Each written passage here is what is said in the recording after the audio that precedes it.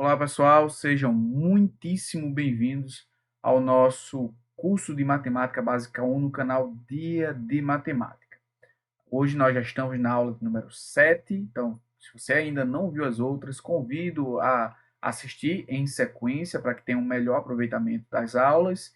E na aula de hoje estudaremos aí a quarta e última das características que nós elencamos aqui. Lembrar que as características foram tipologia, paridade, monotonicidade e sinais. Então vamos aqui direto para a nossa aula.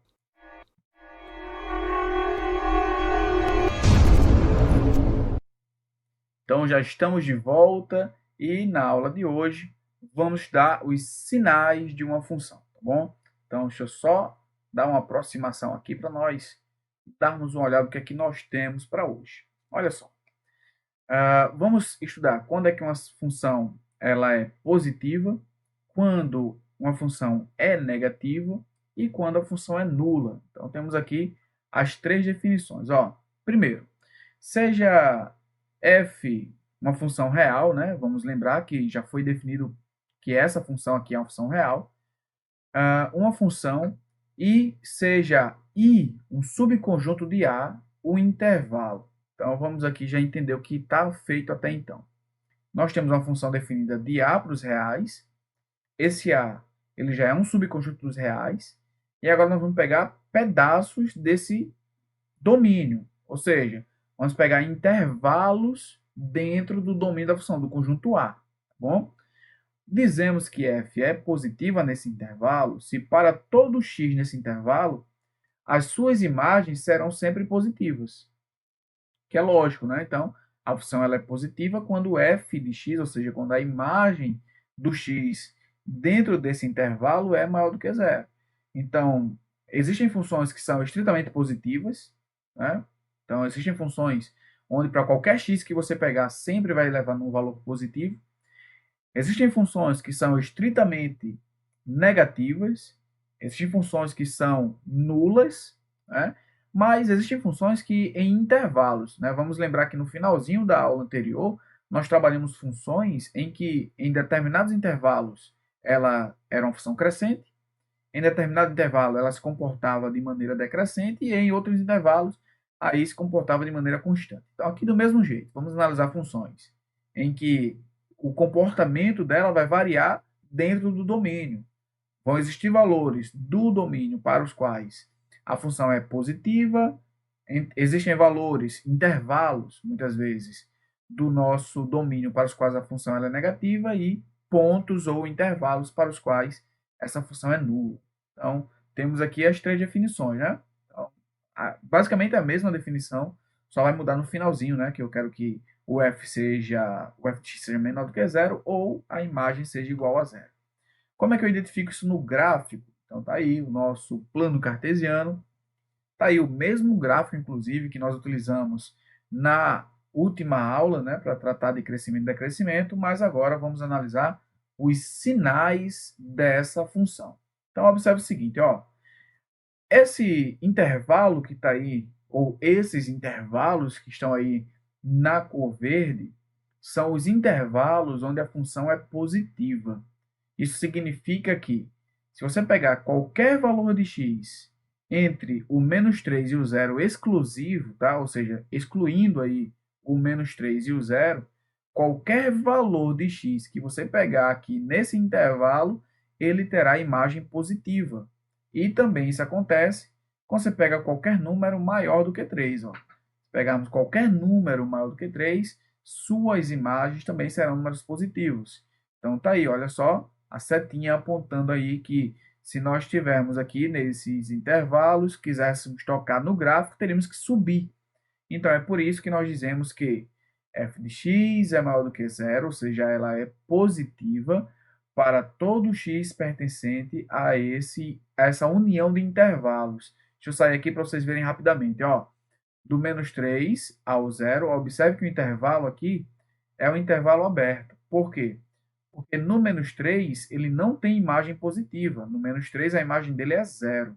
Tá? Então, se eu quero imagem positiva, tem que excluir o menos 3, tem que excluir o zero e tem que excluir o 3 aqui. Tá bom? Então, temos aí a união dos intervalos.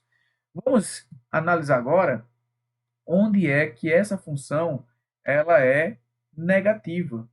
Então, observe aí que tem dois intervalos aí na cor vermelha, que são exatamente os intervalos onde essa função ela assume valores menores do que zero. O que isso significa?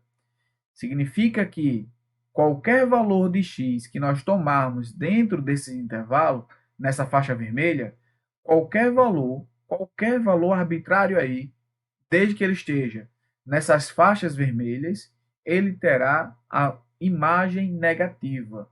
Ou seja, para tocar no gráfico tem que descer. Observe que o gráfico está sempre abaixo aí dessas linhas vermelhas, tá bom?